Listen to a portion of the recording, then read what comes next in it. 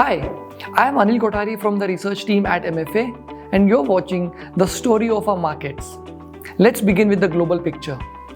After months of heightened uncertainty, June brought some much needed relief to global markets.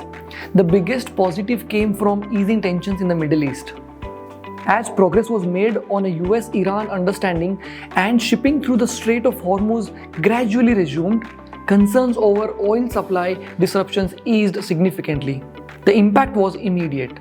Oil prices corrected sharply during the month, while gold, one of the biggest beneficiaries of geopolitical uncertainty, recorded its steepest monthly decline since 2008. For India, this is encouraging as lower crude prices help ease inflationary pressures and support overall economic growth.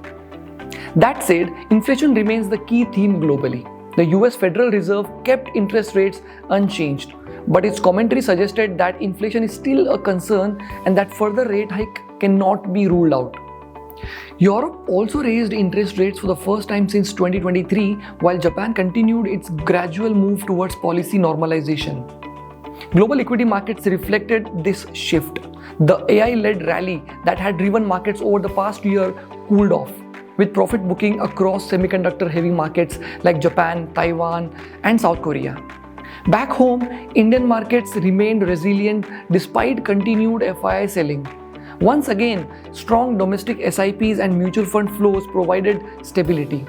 Interestingly, foreign investors turned net buyers of Indian debt, reflecting continued confidence in India's macroeconomic fundamentals. The domestic picture also remained largely encouraging. GST collections stayed healthy, industrial production improved, credit growth remained robust, and inflation, although slightly higher than last month, continued to remain close to the RBI's target. The RBI kept rates unchanged while slightly lowering its growth forecast to account for global uncertainties. As we enter July, the market's focus will shift from geopolitics to corporate earnings.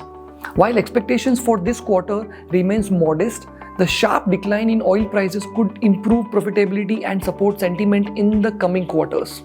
Overall, our message remains the same. Headlines will continue to change, but India's long-term story remains intact. Healthy domestic participation, resilient economic fundamentals, and reasonable valuations continue to support a disciplined, long-term approach to investing. That's it for this edition of the Story of Our Markets. Thanks for watching, and as always, stay invested, stay informed.